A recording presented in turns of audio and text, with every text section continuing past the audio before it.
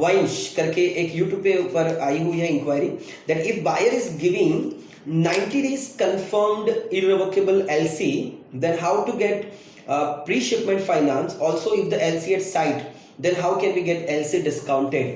Okay, थोड़ा technical question है और बहुत सारे व्यूअर्स को शायद पता नहीं होगा कि LC के अंदर irrevocable क्या होता है, confirmed क्या होता है.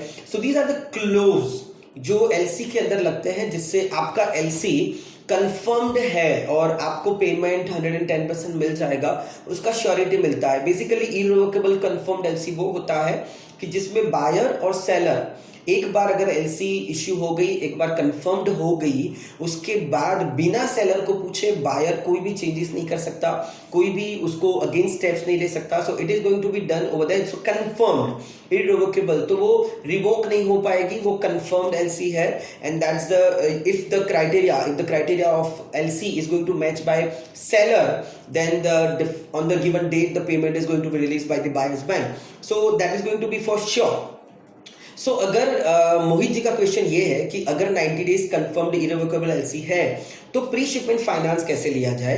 जैसे अगले क्वेश्चंस के अंदर हम लोगों ने देखा था there are number of schemes which is pre shipment finance and the post shipment finance, but here we can discuss about the LC discounted. कि यहाँ पे अगर आपके पास एक कंफर्म्ड एलसी है, इररिवोकेबल एलसी है, which is going to be the value on which the buyer so on the seller's bank, sellers की जो बैंक है, आप अपनी एज एन एक्सपोर्टर आप अपनी बैंक में जा सकते हो और अपनी बैंक के अंदर बता सकते हो that I do have that irrevocable confirmed LC and that is going to be discounted. मुझे इसके ऊपर फाइनेंस चाहिए. जब आप बैंक में जाते हो तो बैंक के कुछ क्राइटेरियाज होते हैं to give you the fund, right. तो उसको फाइनेंस देने के लिए, फंडिंग करने के लिए उनको जो बेसिक क्राइटेरिया है that is required a collateral security.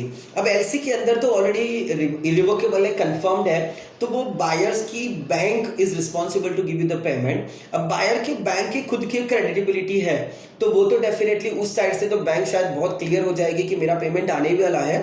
But यहाँ पे एक और टेंशन होती है बैंक को, हमारी बैंक को एज एन एक्सपोर्टर अगर हम लोग बात करें तो हमारी बैंक को ये दिक्कत रहती है द एक्सपोर्टर, जो एक्सपोर्टर है वो अगर एलसी के क्राइटेरिया को मैच नहीं कर पाया, उसने सही तरीके से क्वालिटी प्रोडक्ट्स को एग्जीक्यूशन नहीं किया, अगर उसने मैन्युफैक्चरिंग सही तरीके से नहीं किया and he is not able to do the export on given time as well, तो ये क्राइटेरिया अगर मैच नहीं कर पाया the payment will be not receiving from the buyers end, from the buyers bank end, तो वहां से payment नहीं आने वाला है. तो यहाँ पे अपनी बैंक एज एन एक्सपोर्टर की जो बैंक है, एक्सपोर्टर की जो बैंक है, उसको सबसे बड़ा टेंशन एक्सपोर्टर की साइड के ऊपर भी रहता है कि अगर एक्सपोर्टर सही टाइम से, सही तरीके से, सही डॉक्यूमेंट्स के साथ अगर एक्सपोर्ट नहीं कर पाया तो वहां से पेमेंट नहीं आएगा. And that's why they would like to check it out your creditability, your potential.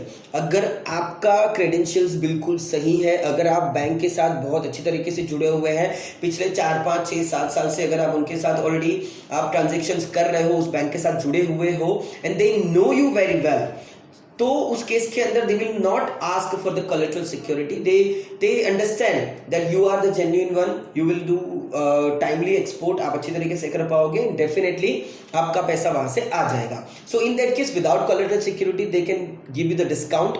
तो वो एलसी को डिस्काउंट करके आपको एग्जीक्यूशन करने के लिए जो भी आपका एक्सपोर्ट ऑर्डर है that is depends on 1 to 1, that is going to be decided on table itself by the bank officer to you कि आपकी पोटेंशियलिटी क्या है, आपको कितना मिल सकता है. That can be 50%, 60%, 70%, even 80% of the value of your LC जो आपको एक्सपोर्ट ऑर्डर को एग्जीक्यूशन करने के लिए मिल सकता है.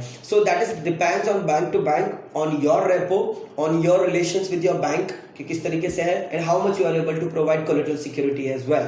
तो उस तरीके से आपका एलसी डिस्काउंट हो सकता है. तो बैंक्स अलग अलग होती है, बैंक्स के रूल्स अलग अलग होते हैं, but this is the normal procedure that you can get the LC discounted.